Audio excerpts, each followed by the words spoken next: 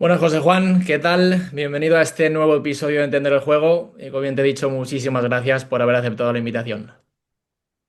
Nada, como también te he dicho, es un placer estar aquí, sobre todo con gente joven, con ganas de hacer este tipo de cosas, siempre es un placer estar.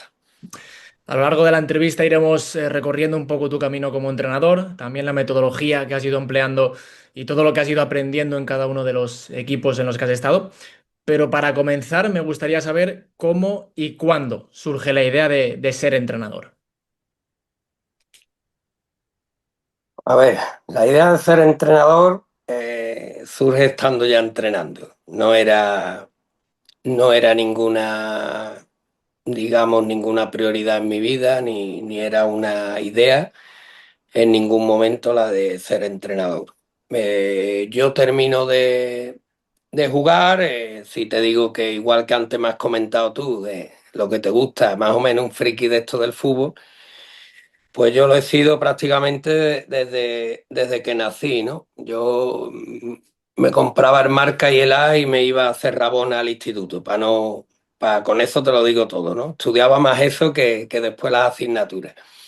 Entonces, bueno, dejé de jugar, tercera división, varios años y tal, y me faltaba algo, me faltaba seguir haciendo algo relacionado con el fútbol y bueno, Gerena no, mi pueblo no tenía equipo senior, lo había quitado ese año o el año anterior, no recuerdo bien, y bueno, llamé a un amigo y le dije, oye, ¿por qué no cogemos el equipo? Hacemos un equipo en Gerena que empiece en la última categoría, digo, hacemos que los chavales de allí jueguen, tal, digo, en principio me pondré yo a entrenarlo y vemos bueno, cómo va saliendo todo, ¿no? Y ahí empezó digamos, mi etapa como entrenador, ¿no? Con esa idea de hacer un equipo allí, de que los chavales pudieran seguir porque había fútbol base, pero ya no había senior. Y yo salí de allí de jugador también y digo, bueno, es una manera de continuar aquí la escalera, ¿no? Del fútbol base. Y bueno, y ahí empezó todo. Como bien dices, tu primer equipo es el Gerena, equipo de tu pueblo, que en aquel momento estaba en segunda regional. En alguna entrevista comentas que ya empiezas a trabajar un poco un modelo de juego que es el que a ti te gusta ver en otros equipos, tratar de tener balón, ser protagonistas. ¿Cómo haces llegar a un equipo en segunda regional que ese fútbol combinativo, el salir con balón desde atrás, asociarse, es el camino que les puede llevar a conseguir los objetivos? Bueno, yo creo que si te cuento el comienzo sería esto muy largo, ¿no? Pero sí que es verdad que la primera idea y sobre todo dedicarme a entrenar era eh, por más lo que quería hacer o que el equipo que yo estuviera hiciera, a lo mejor como probablemente me hubiera gustado a mí jugar, Ujú. por mis características, y que, bueno, en mi época jugador, este fútbol todavía no se destilaba, ¿no? Un poco Johan Cruyff, Saki, un poco, pero no existía este tipo de fútbol como tal, ¿no? Entonces, bueno, pues mi idea era que si hacía o entrenaba era para que se jugara así, ¿no? No la entendía de otra manera y no hubiera entrenado. Creo que era el primer paso para yo poder entrenar era llevar a cabo esta idea. Y bueno, imagínate un campo de fútbol de tierra de más mala, muy chico, porque ese era el campo antiguo del Gerena, muy chico.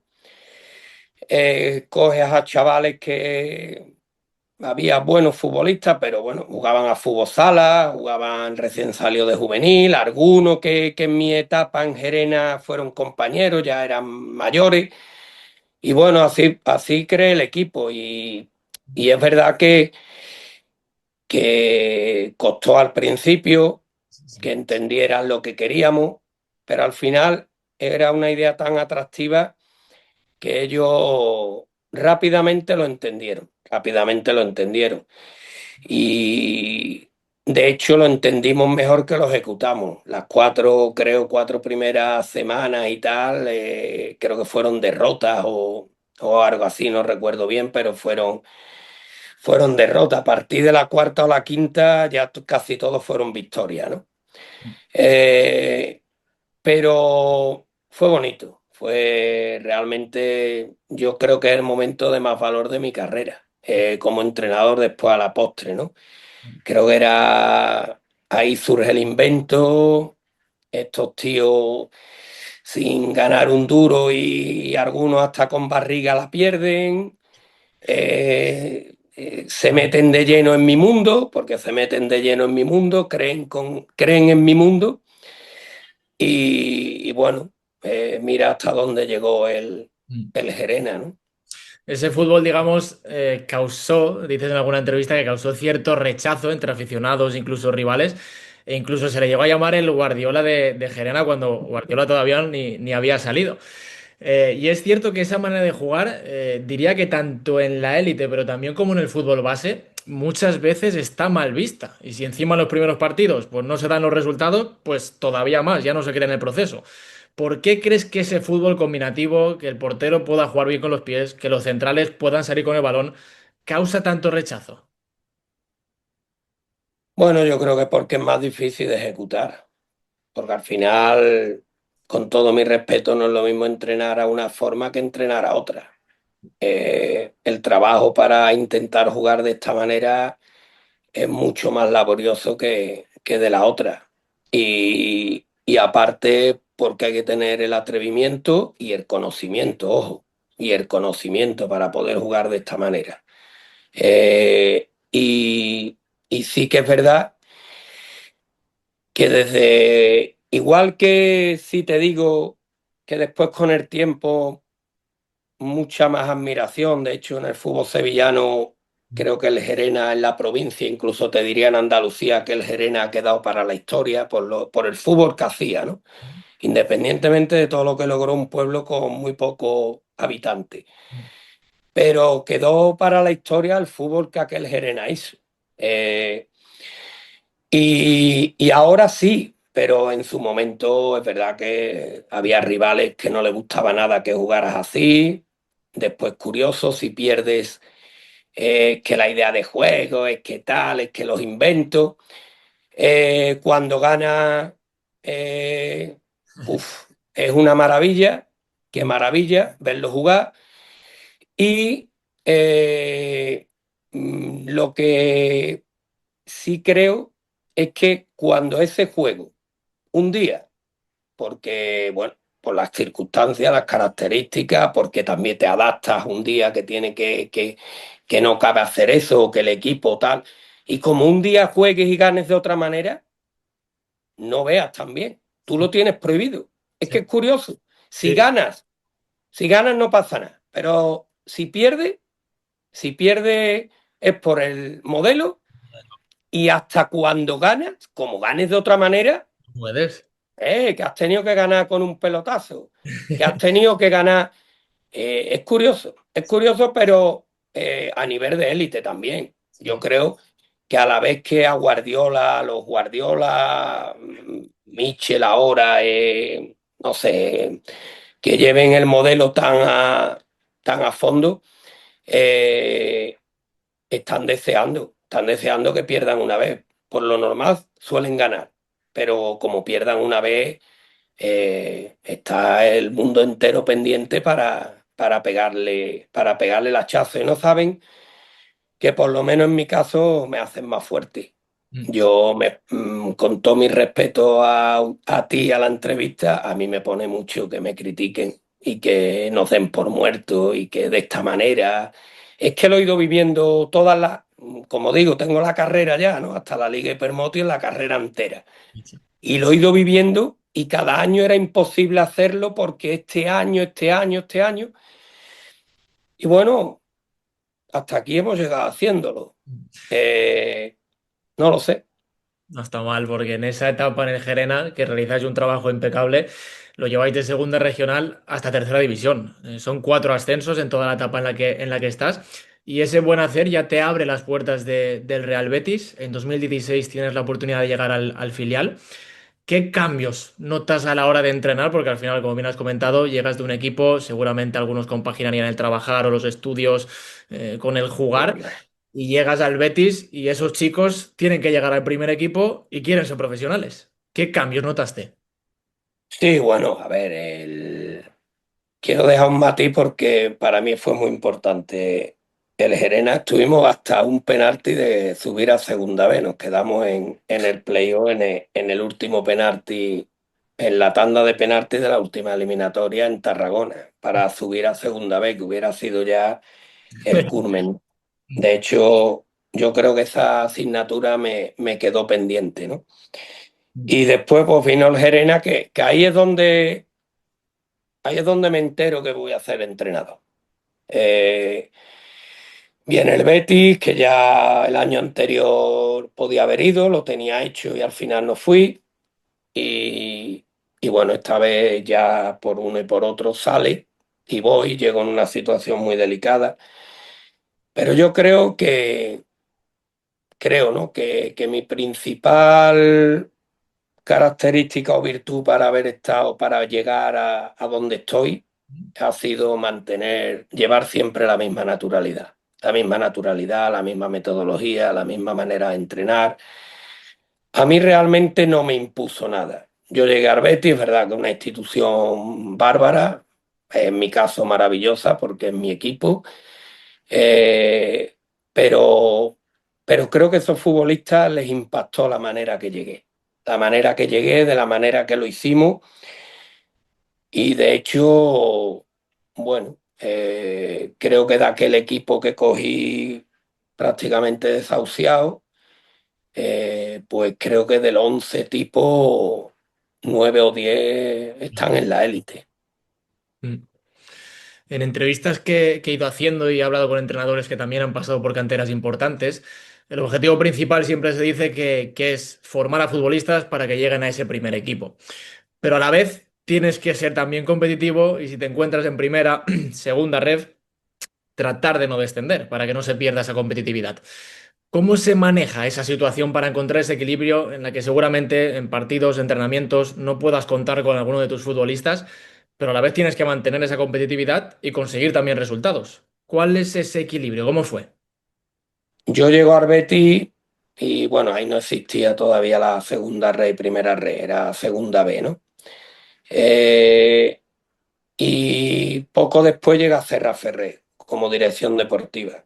Y Lorenzo era muy claro. A él le daba igual que el filial entrenara con 5, con 6, Mm, que jugara con juveniles, pero él lo que quería era sacar jugadores y que mientras más joven fuera el filial mejor, con los riesgos que ello llevaba, pero lo tenía clarísimo él en ese aspecto. Evidentemente, a mí, por un lado, no me beneficiaba, por el otro, bueno, sí, porque a mí también me gusta mucho el hecho de sacar jugadores y de intentar, ¿no? Ponerle todo de mi parte para que mejoren, ¿no? También es una cosa que me encanta, me llena tanto como ganar partidos, ¿no?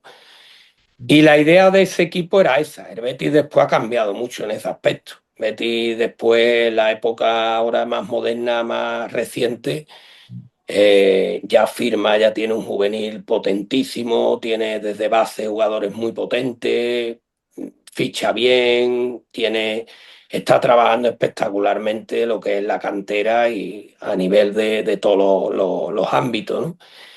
Y el primer equipo, además, como va muy bien, tampoco toca mucho eso. En mi época, pues el primer año, el primer equipo iba mal.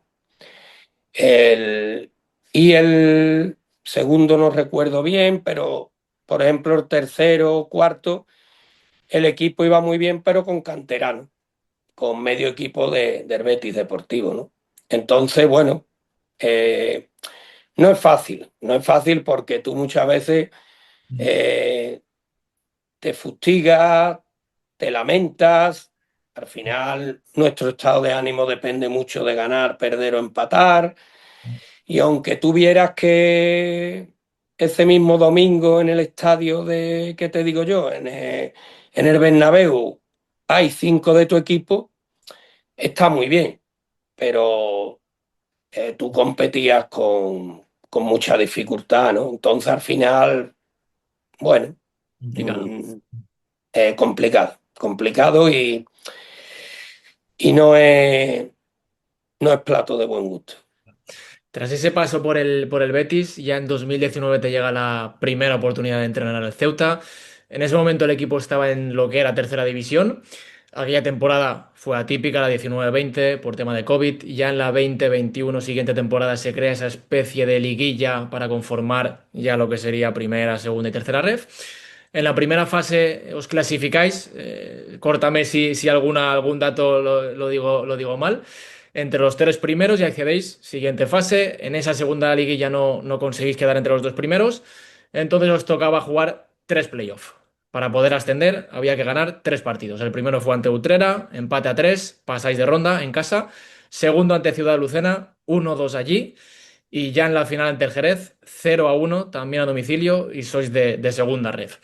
Quería preguntarte cómo fueron esos tres encuentros, porque el equipo llegaba de no ganar los últimos cinco partidos en la fase de liga, y en esa semifinal ante el Ciudad de Lucena, como decimos, se consigue ganar 1-2, pero los partidos anteriores contra ellos habían sido de 2-3 y 4-1, los dos en contra, en básicamente un mes. Entonces, ¿cómo fue preparar esos encuentros en los que el equipo no llegaba en una dinámica positiva? Pues es como lo cuentas. Y el equipo, vamos a ver, salió el plan. Quiere decir, hubiera no podido salir, pero nosotros nos clasificamos y los puntos al final seguían sirviendo. Entonces nosotros sabíamos que era prácticamente imposible estar entre los dos primeros. Aparte, nosotros no teníamos, nos surgieron miles de problemas, teníamos 12 jugadores, 12 sin portero, porque se nos lesionan los dos titulares, y sin delantero. Se nos rompe Dani Muñoz, se nos rompe y Pablo García se lesiona el hombro y no lo tenemos ya en la última fase del playoff liguilla. Entonces, ¿qué pasa? Nosotros el playoff lo estuvimos jugando en liguilla me refiero, corriendo los menos riesgos posibles. Nosotros sabíamos que nos teníamos que agarrar a esos tres partidos, a, a jugárnoslas a cara de perro, que aunque nos iba a tocar dos fuera, pero ahí teníamos que ir dentro de lo que teníamos, 12 13 jugadores, ir con los mejores argumentos. Entonces nosotros no es que tiráramos el playoff, pero sí que es verdad que lo jugamos a un nivel de riesgo mínimo, mínimo y preparando solo jugándola toda una carta en esos tres partidos, porque bueno, porque yo creo que junto con la temporada de la salvación, este fue uno de los logros más importantes o más milagrosos, diría yo, ¿no? Porque tuvimos que jugar en una circunstancia muy complicada y bueno, al final nos salió, ¿no? Utrera, ahí íbamos ganando 3-0 y se nos lesiona el portero, no teníamos cambio, el portero tiene que jugar lesionado, nos empatan, pasamos por él porque habíamos quedado por encima de ellos en liga, y, pero después en Ciudad de Lucena y Jerez fue épico, ¿no? Fue épico, fue absolutamente épico. Lucena jugamos con un tercer portero que no había jugado en su vida en categoría nacional, sin delantero centro y ganamos en el minuto 95 de partido, el último de los últimos. Metimos el gol y pitó el final. Y Jerez, es verdad que Jerez íbamos con una confianza ya tremenda. Seguíamos en las mismas circunstancias, pero el equipo en Jerez sí fue muy superior, al contrario. Ganamos también al final, pero ahí fuimos superiores. Entonces, bueno, como te digo, teníamos que tener un plan y nos salió a la perfección. Tras esas 2 temporadas llegas al Eldense, un nuevo contexto, nuevos jugadores, pero en ese primer año se consigue ascender. El Eldense está en primera ref tras superar 2 playoffs. Teniendo en cuenta que ya llevabas unos cuantos ascensos a tus espaldas, en ese caso ya tratas de imitar lo que te ha llegado bien a la manera de entrenar, o te tuviste que adaptar mucho en cuanto a contexto, jugadores. ¿Cómo fue aquella temporada en Elda? Bueno, yo después no me acuerdo realmente de los años anteriores en cuanto a tener mismos patrones o mismas circunstancias, ¿no? Porque como dices, cada sitio tiene un contexto diferente. Eh, bueno, el Herdense fue también una experiencia muy bonita, ¿no? Porque además teníamos el enemigo en casa, teníamos muchísimos problemas, hubo diferencias entre la dirección deportiva que me lleva y la que después continúa. En fin, que no fue para nada fácil ni agradable. Creo que es el año más feo de mi carrera en cuanto a nivel personal, con los personajes que rodeaban a este club. Pero sí que es verdad que a nivel deportivo el grupo de futbolistas y el grupo humano hicimos un fortín impresionante.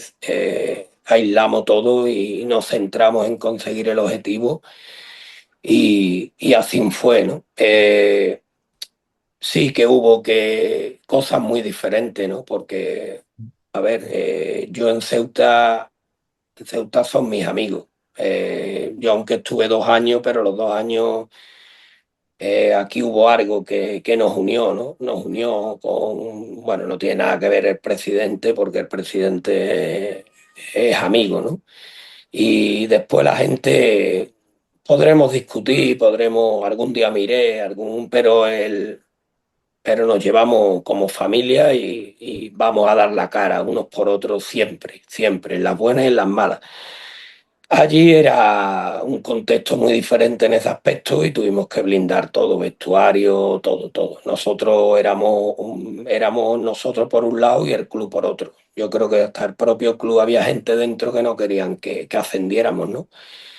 Y bueno, subimos, ¿no? Para fortuna de los jugadores, para fortuna de cuerpo técnico, de afición, que evidentemente la afición chapó y cómo respondió y cómo terminó con el equipo. El pueblo igual, pero, pero fue muy, muy desagradable. Fue un año muy malo y que espero jamás tener que repetir por la mala gente que nos acompañaba en la aventura. Tras ese paso por Elda, tomas la decisión de volver a decir que sí al Ceuta y en septiembre del 2022 regresas hasta el día de hoy. Antes de llegar a este ascenso a Segunda División, quería preguntarte por cómo ha sido el proceso. En la primera temporada quedáis en 12ª posición, mitad tabla. Fue una temporada en la que quizá el equipo se estaba aclimatando a esta nueva y muy competida primera ref. Entonces, ¿cómo recuerdas aquella temporada en tu regreso a Ceuta y si tuviste que cambiar alguna cosa de esa etapa en 2019? ¿Cómo fue? Bueno, quizás fue el año que ha marcado todo, ¿no? Creo que nos ha marcado a todos porque yo creo que no habrá reto más complicado en mi carrera como entrenador, en cada uno de los futbolistas que vivieron aquello. No que no haya reto más complicado, me refiero a que se ponga tan complicado y se arregle, ¿no? Y aquello fue una locura. Teníamos 7 puntos en la primera vuelta, estábamos a, no sé, 15 20 puntos de la salvación. Para todo el mundo éramos ya equipo de segunda red, ¿no? Desahuciado, ¿no?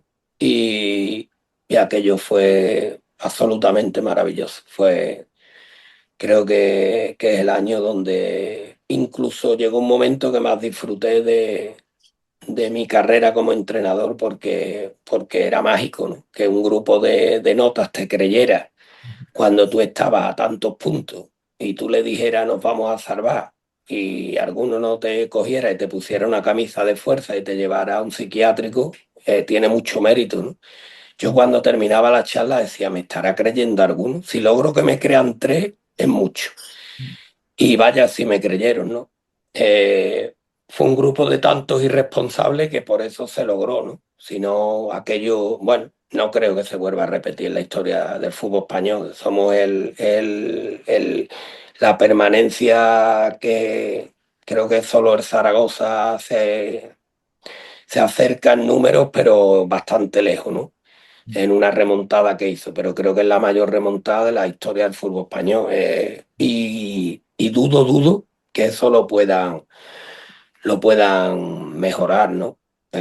O por lo menos espero que yo no me vea nunca en esa situación otra vez porque es irrepetible. Y el contexto, claro, yo vuelvo, es la primera vez que vuelvo sin el equipo haber participado en él, porque el equipo ya estaba Obvio. comenzando la competición y no era mi idea volver, no era mi idea volver, no, no que no, yo sabía que iba a volver a Ceuta, pero no volver ya, no volver tan pronto. Mi idea era esperar, había por ahí algún canto de sirena que estaba esperando, pero bueno, me llamó Edu Villega primero, que yo no lo conocía mucho, pero noté que iba en la línea de lo que este club era, y después ya pues me llamó el presidente y a este no puedo decirle que no, ¿no? Eh, y volvimos y insisto, el trabajo, metodología, todo fue fácil porque además había jugadores que habían estado conmigo, había bastantes, ¿no? Que todavía permanecían.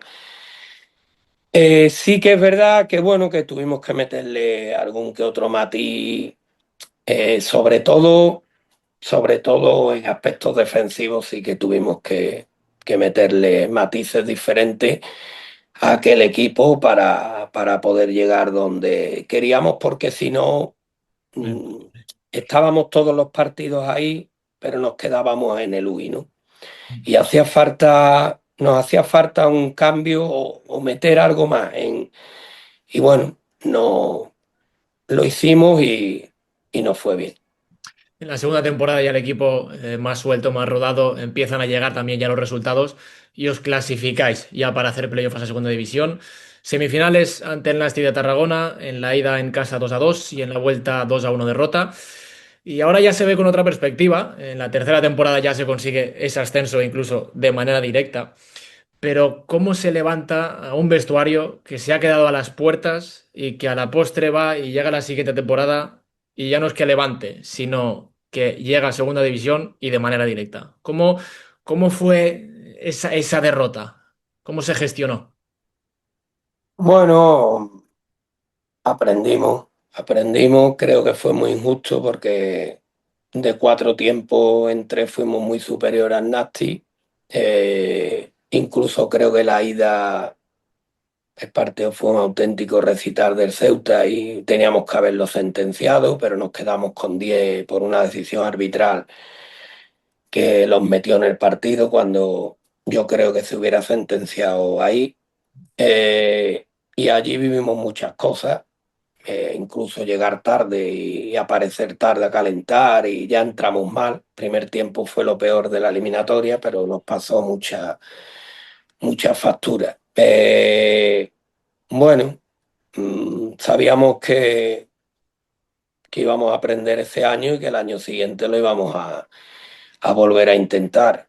Que a lo mejor no pensábamos que fuera a ser como campeón y además 3 semanas antes. Pues evidentemente no, no. Pero sabíamos que nos íbamos a levantar porque aquí estamos acostumbrados, aquí el binomio José Juan Romero Ceuta, estamos acostumbrados a rozar el infierno y después después a lograr siempre los objetivos. Y bueno, no es que fuera un objetivo prioritario subir, porque no vamos a ser realistas, no es que sea para Ceuta estar en primera red ya es un privilegio y un pelotazo. Eh, pero este club no ambiciona, no para de ambicionar y bueno, por eso creo que llegó la recompensa, ¿no? Me quedó mala espina porque creo que el año que jugamos el playoff hace dos, el equipo jugó muy bien al fútbol. A mí me gustó más ese equipo que el que ha sido campeón. Y creo que ese equipo alcanzó un nivel en el último tramo y en playoff que era una locura verlo jugar, ¿no? Y me quedé con el hecho de decir, hostia, hemos llegado muy preparados, jugando muy bien, joder, y así no ha sido posible, ¿no? Pero mira el fútbol, el año siguiente, sin a lo mejor ser tan, en muchos momentos tan brillante como aquel equipo eran muchos partidos, Se se ha consigue. conseguido de una manera incluso más sencilla, ¿no? Como bien venimos hablando, tus equipos siempre se han caracterizado, siempre se ha intentado que se caractericen por jugar un fútbol alegre, propositivo, pero ¿cómo se consigue eso? Con la extensa trayectoria que tienes, ¿cuáles son los patrones que no pueden faltar si quieres que tu equipo tenga balón, sea protagonista y que practique ese fútbol ofensivo? Pues atrevimiento, sobre todo atrevimiento. Yo les exijo que tienen que creer, atreverse y, y a partir de ahí es el día a día. El día a día van a trabajar eso. Es que van a trabajar siempre con el balón, siempre en contacto con él, siempre trabajamos lo como queremos jugar. No entrenamos a otra cosa, entrenamos a lo que queremos jugar. Entrenamos jugando al fútbol y al final ellos se dan cuenta que es el camino y saben que, que no les voy a negociar otra cosa. Que vas a meter en muchos momentos matices o que vamos a meter, evidentemente estamos pensando siempre cosas, pero lo que es el modelo y la idea no se va a negociar, ¿no? Y eso lo exigimos cada día. Lo entrenamos para luego, permito mucho los errores entrenando para que luego en los partidos no se produzcan y ya digo, hay que sentirlo. Para jugar de esta manera, los equipos míos casi todos han jugado de la manera, pero los que mejor han jugado, los que yo he disfrutado más viendo, son los que los futbolistas han sido unos descarados y lo han sentido lo que hacían y lo disfrutaban. Igual de importante es cómo se comporta el equipo con balón que cómo lo hace sin él. ¿Cómo se reordena este Ceuta ante pérdida de balón? Porque estamos viendo como muchos equipos, hay veces que hacen salida de balón con tres, sobre todo cuando están en el centro del campo, el lateral se junta con los dos centrales, más esos dos mediocentros, pues ya tienes como una barrera, por así decirlo. ¿Cuáles son los puntos claves que les das a tu equipo para que si hay pérdida de balón en campo contrario, con mucha acumulación de gente, no te puedan transicionar y encima puedas recuperar el balón? Bueno, lo primero es estar conectado. Si viajamos juntos y vamos juntos, las pérdidas son fáciles de acometer porque estaremos juntos con superioridades y será fácil si tras pérdida nos activamos recuperar. Eh, si no, es verdad que corremos riesgo y además mm, la estructura que siempre está en los dos centrales y el pivote.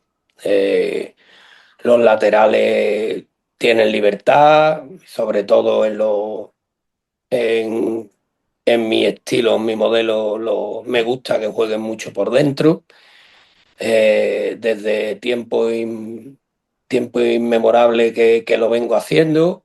Eh, con lo cual, bueno, también es verdad que estando en posiciones de dentro, si se producen pérdidas, están más cerca del juego también, ¿no? Para poder robar, ¿no? Pero sobre todo el triángulo central es pivote, tiene que estar siempre alerta, más que ya una vez el balón les sobrepasa, tienen que estar más pendientes del fallo y el error del compañero para rectificarlo que de estar en el juego. Ya ellos el juego está muy bien, que no se pongan a verlo y disfrutarlo, que me ha pasado. Hay centrales que me han dicho, es que me ha cogido tal, porque lo estaba viendo a estos tíos jugando y yo es que no me he perdido mi marca. Entonces es importante que los dos centrales y el pivote y después sepan vivir con situaciones en algunos momentos de superioridad del contrario. Lo trabajamos para que si ocurre lo vivan con naturalidad, para que luego cuando esté sucediendo tú no digas, hostia, me viene una avalancha o me viene... No, que ya lo tengan trabajado y sepan acometerlo, ¿no? Pero yo creo que al final, si tú, en esta idea, si tú llevas al equipo contrario bajo y van contigo en el juego, las contras también les cuesta. Les cuesta porque si ellos tienen dos opciones, si dejan descolgado, nosotros no nos vamos a volver para atrás, vamos a tirar.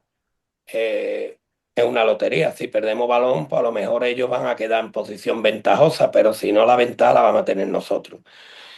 Y entonces, ¿qué ocurre? Que en la gran mayoría de las veces, cuando tú tienes el dominio y llegas a campo contrario y estás uniéndote en los subgrupos, como yo digo, al final ahí, si pierdes, puedes hasta sacar ventaja muchas veces de las pérdidas. Muchas veces para los equipos como el nuestro, o equipos Sí. que intentan ser dominadores, muchas veces tras pérdida viene la ventaja. Leí en una entrevista que te hicieron en el Confidencial que durante la temporada pasada, en 25 jornadas, creo que no pusiste ningún videoanálisis, ni antes ni durante la semana de partido del rival. Y fue bien, porque no conociste la derrota, creo, en 24 jornadas. Esto dicho en pleno 2025, con toda la tecnología que hay, el Big Data, los datos de cada jugada, puede sorprender, pero ahí están los números. ¿Cómo se trabajaba semanalmente el partido del fin de semana sin que los jugadores vieran nada del rival?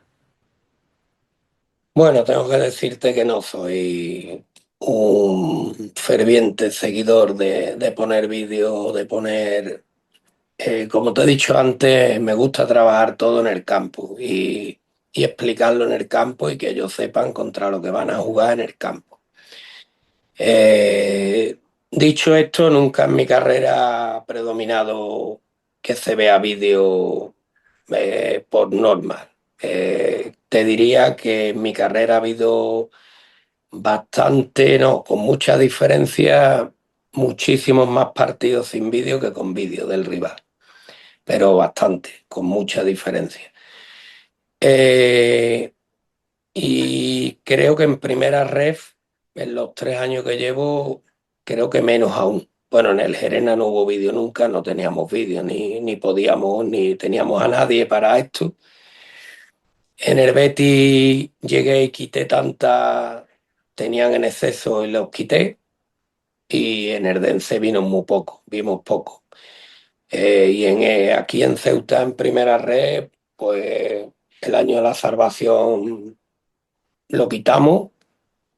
El año pasado vimos algunos y este año, pues ya te digo, desde la jornada que perdimos con Alcorcón no volvimos a poner un vídeo y no nos fue mal, ¿no?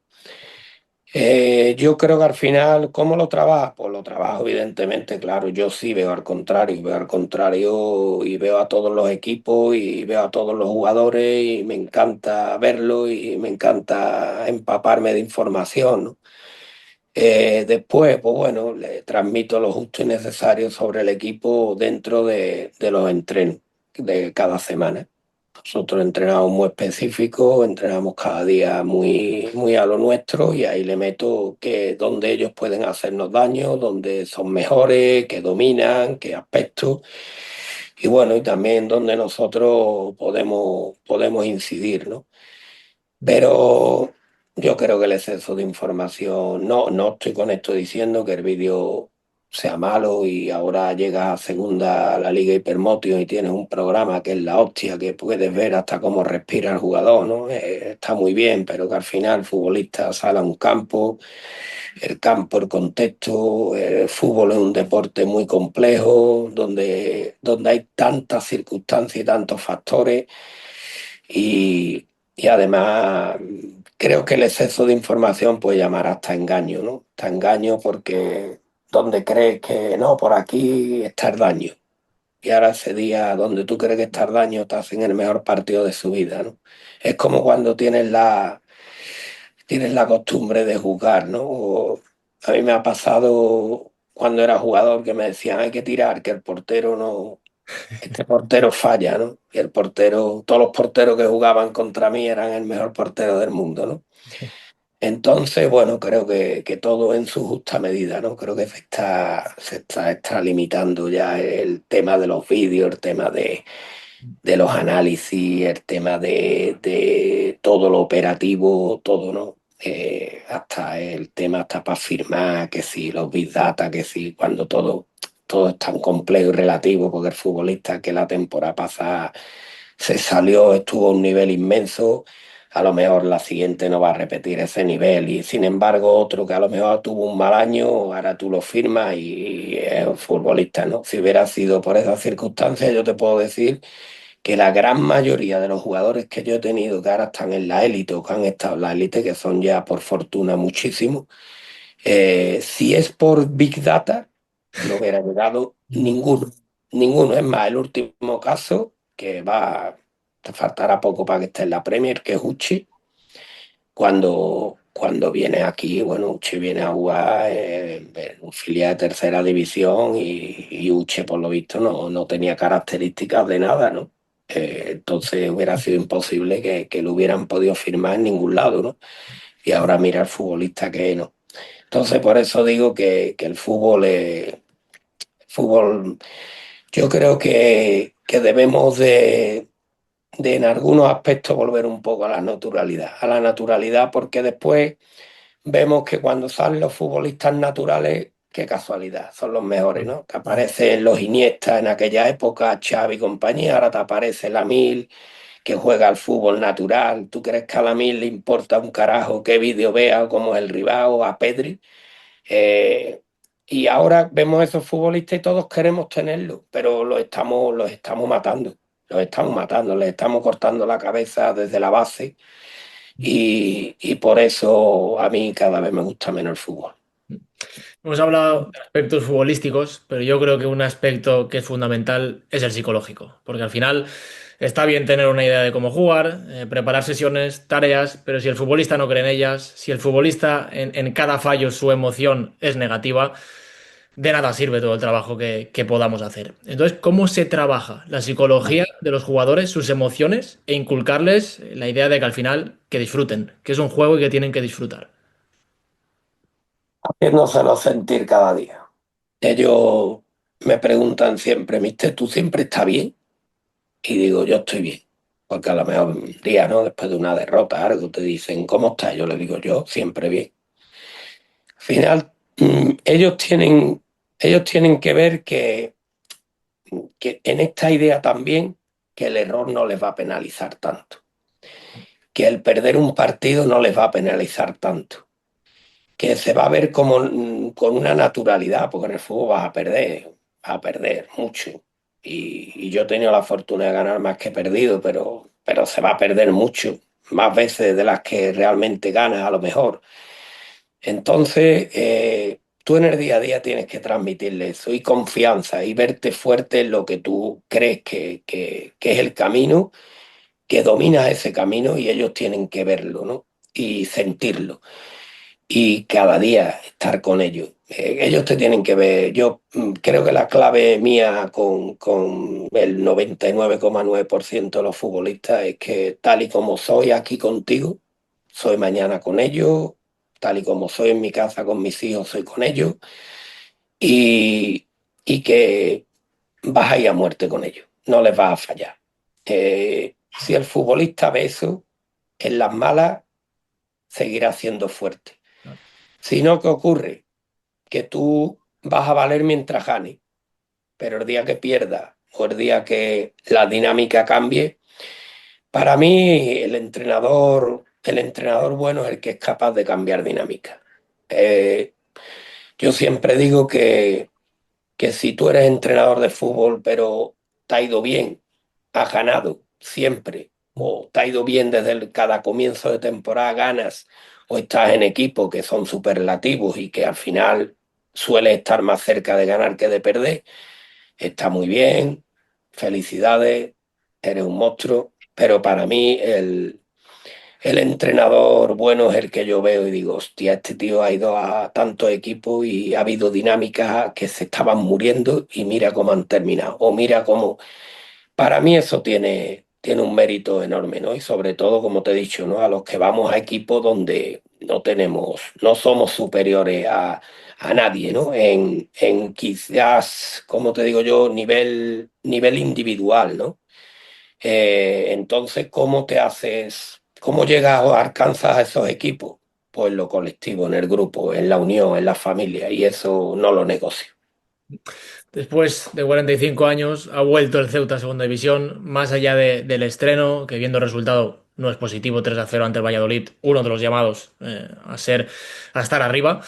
Al finalizar estas 42 jornadas, ¿cómo quieres que se le recuerde al Ceuta cuando acabe esta temporada?